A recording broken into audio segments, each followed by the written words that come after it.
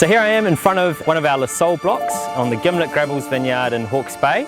We've just wound up vintage 2025 a couple of weeks ago with our last pick of Syrah.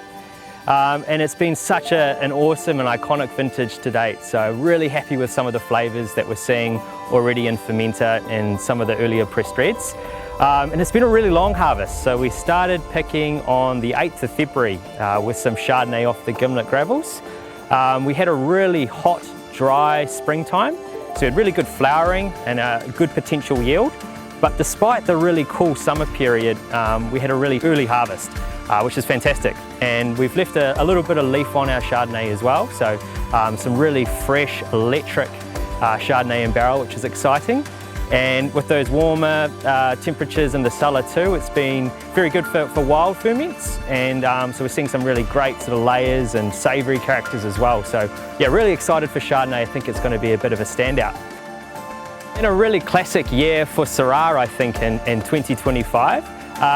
Without its challenges, we had some high humidity sort of late summer, which required a few more passes just to fine tune some of that canopy, a little bit more extra leaf plucking, and just reducing that crop load even more, just to make sure that we have our ideal concentration of fruit and flavour, and we can get that long hang time that we really like in our Syrah. So we finished picking this block a couple of weeks ago.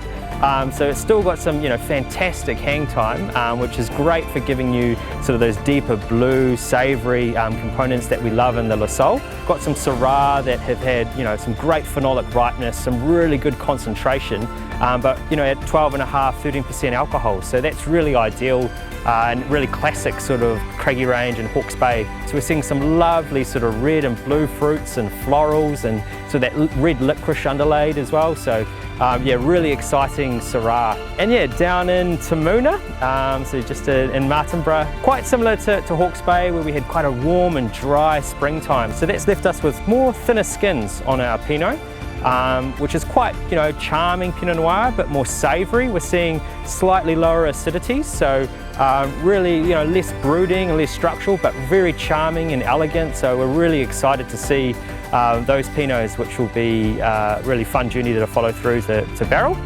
And the Sauvignon Blanc, yeah, really intense sort of gooseberry and sort of that mandarin pith. It's looking like a really classic Tamuna vintage there too. So we're really excited that both stars have aligned between the two regions, and yeah, look forward to seeing those into bottle.